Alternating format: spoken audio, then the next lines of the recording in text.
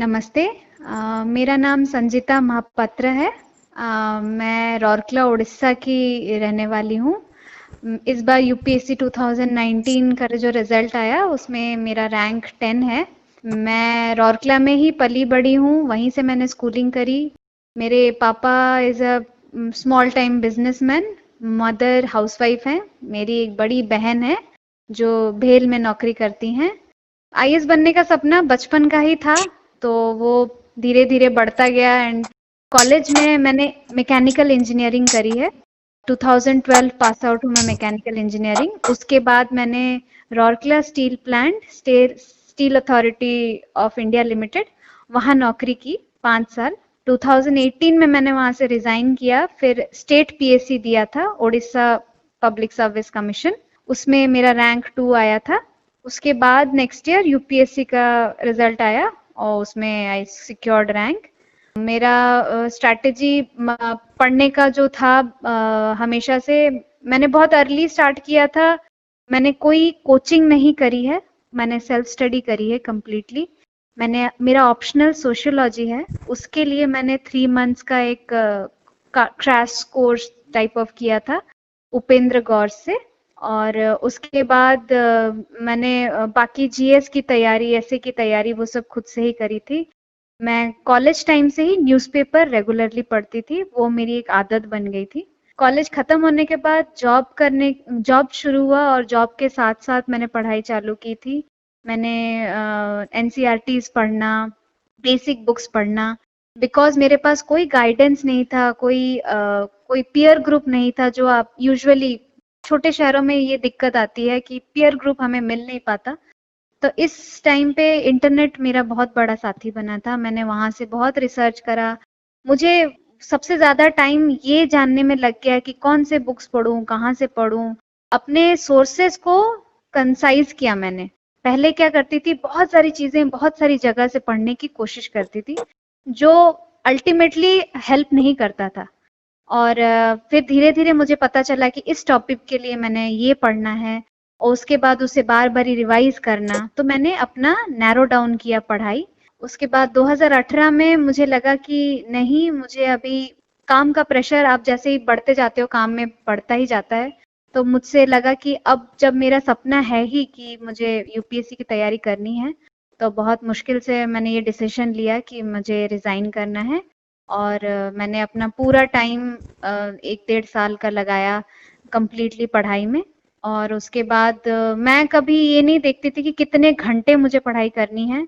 मैंने कभी घंटों को मायने नहीं दिया। मेरा हमेशा रहता था कि मैंने अपना आज का टारगेट खत्म किया कि नहीं। मैं शेड्यूल बना के पढ़ती थी।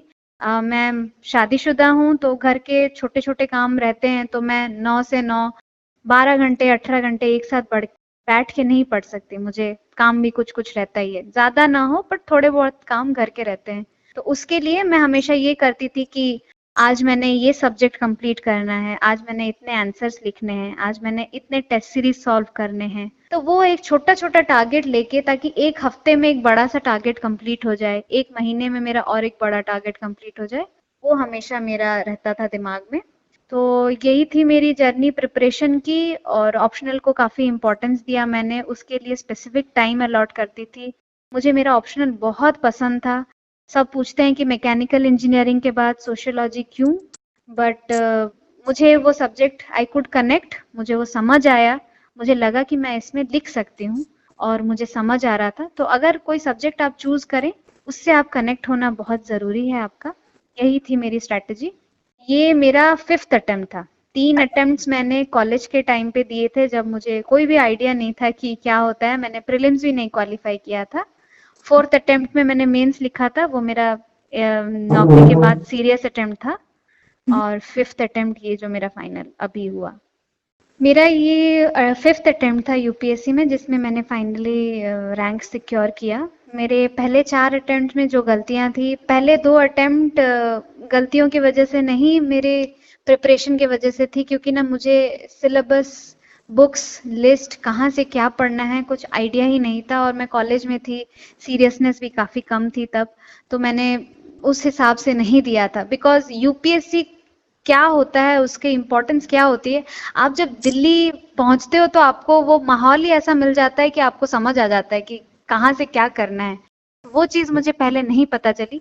थर्ड अटेम्प्ट में मैंने सारे एनसीईआरटीज, बहुत सारे बेसिक बुक्स पढ़े थे, पर प्रीलिम्स उस बार नहीं हो पाया। मुझे लगा मेरी रिवीजन की काफी कमी थी, मुझे सब कुछ बहुत अच्छे से याद नहीं था।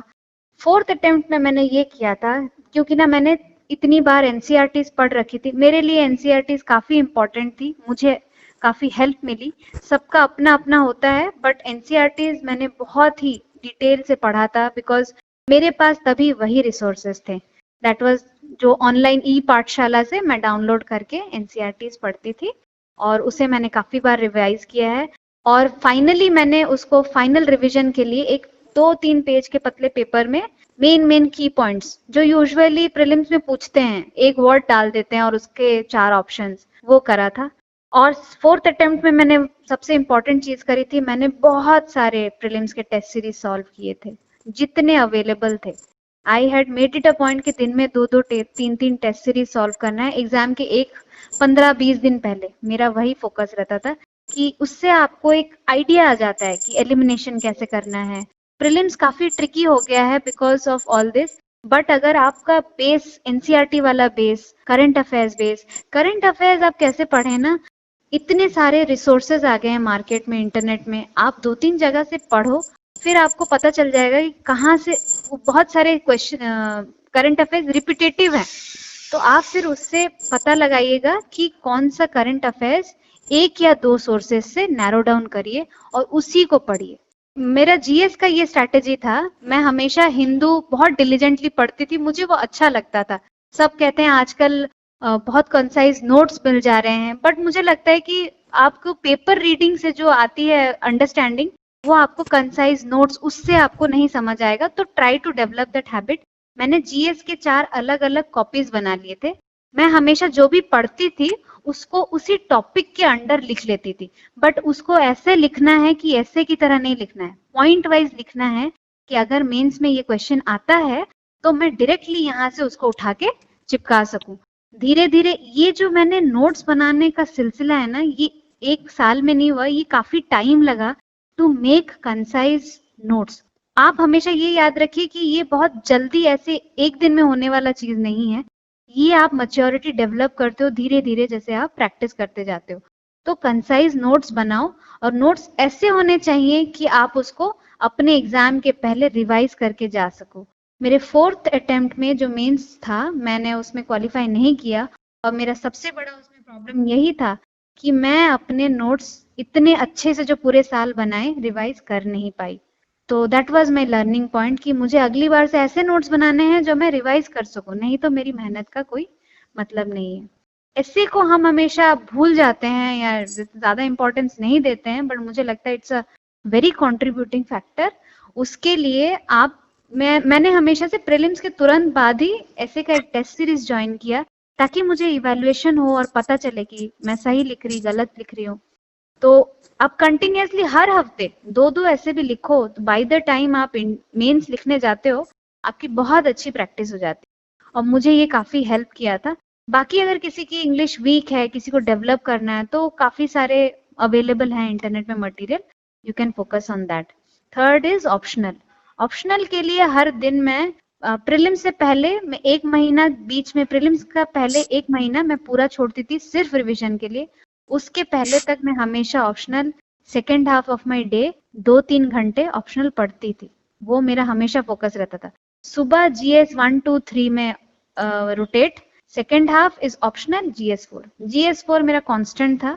मैं वक्त निकालती थी कि लेक्सिकॉन हो, कोई भी नॉर्मल स्टैंडर्ड बुक हो, उसके 10 पेज ही पढ़ लूं।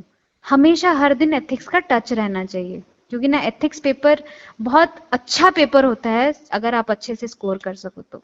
मेरा इंटरव्यू अप्रैल 3 को था, but because of the pandemic एक शिफ्ट हो गया था। It was held on July 23 को मेरा आफ्टरनून सेशन में था। मेरा board Sujata Mehta ma'am board था।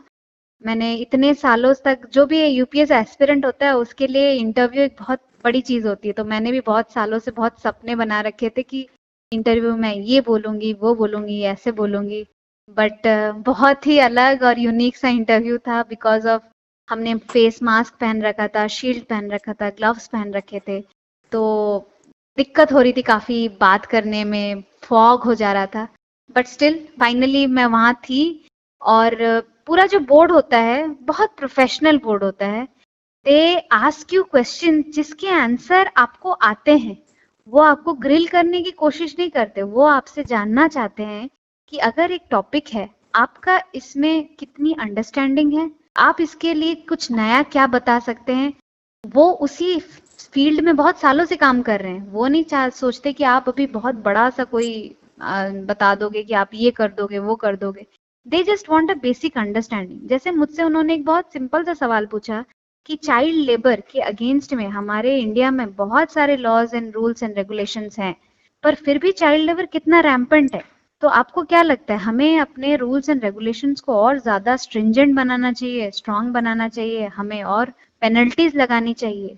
तो मैंने रिप्लाई किया था, नहीं सर, हमारे रूल्स एंड रेगुलेशन सफिशिएंट है। हमें ये जानना है कि चाइल्ड लेबर का असली प्रॉब्लम क्या है। The problem is poverty. तो this is what shows them that आपके पास क्या अंडरस्टैंडिंग है। तो मेरे कहने का मतलब है कि इंटरव्यू जो होता है, आपकी इतने साल की जो पढ़ाई है ना, उसकी अंडरस्टैंडिंग की टेस्टिंग है। तो आप ये मत सोचिए कि मैं इंटरव्यू के 1 महीने पहले करंट अफेयर्स रट के चले जाऊंगा, चली जाऊंगी और वहां जाके बोल दूंगी it will happen. It does not happen. So it actually reflects your personality. To the aspirants I would like to advise that UPSC का जो जर्नी होता है, ये बहुत ही पेशेंस वाला जर्नी होता है, बिकॉज हमें हर स्टेज के बाद इंतजार करना पड़ता है विथ बैटेड ब्रेथ की कब आएगा रिजल्ट।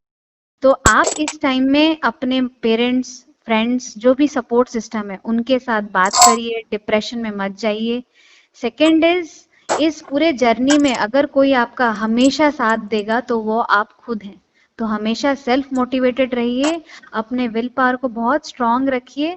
हार्ड वर्क का कोई सब्स्टिट्यूट नहीं है। मैं अपने इस सक्सेस में लक को कोई कोई श्रेय नहीं देना चाहूंगी। ये सिंपली मेरा हार्ड वर्क था for many years of struggle. ऐसा नहीं कि 1 साल पढ़ के मैंने निकाल लिया। और थर्ड चीज है कि आप इसमें जब भी आपको लगे मुझसे नहीं हो पाएगा, खत्म कर देता हूँ, अब नहीं होगा, तब हमेशा खुद से ये पूछना कि इतने आसान करियर चॉइसेस मेरे सामने थे, मैंने इतना मुश्किल करियर ऑप्शन चूज क्यों किया, मेरा मोटिवेशन क्या था। अगर आपका मोटिवेशन बहुत स्ट्रांग है तो आप अपने आप इसे कर सकती हैं। आप अपने आप you will be motivated to do this. जब आप एक आईएएस ऑफिसर बनते हैं, आपको बहुत सारी कठिनाइयों का सामना करना पड़ेगा इन फ्यूचर। अगर आप घर के प्रॉब्लम्स या बाकी जितनी सारी प्रॉब्लम्स हैं, मैं ये नहीं कह रही कि वो छोटे हैं बड़े हैं, मैं ये कहना चाह रही हूँ कि एक आईएएस ऑफिसर बनना ही बहुत दृढ़ता का काम है। आपको काफी स्ट्रेंथ दिखानी होगी अपने पूरे काम में। तो अपना जो मनोबल है उसे उसे बहुत स्ट्रांग करना होगा। एंड ऑब्वियसली घर का सपोर्ट सिस्टम बहुत इंपॉर्टेंट होता है एक मैरिड वुमेन के लिए। इन लॉज हो, हस्बैंड हो, ये अगर सपोर्ट नहीं करते हैं तो और ज्यादा दिक्कतें बढ़ जाती है। बट वो सपने क्या ही जो पूरा करने के लिए जी जान ना लगाया जाए। तो अगर आपके सपने ही इतने बड़े हैं तो उसके लिए मेहनत भी उतनी ही ज्यादा लगेगी।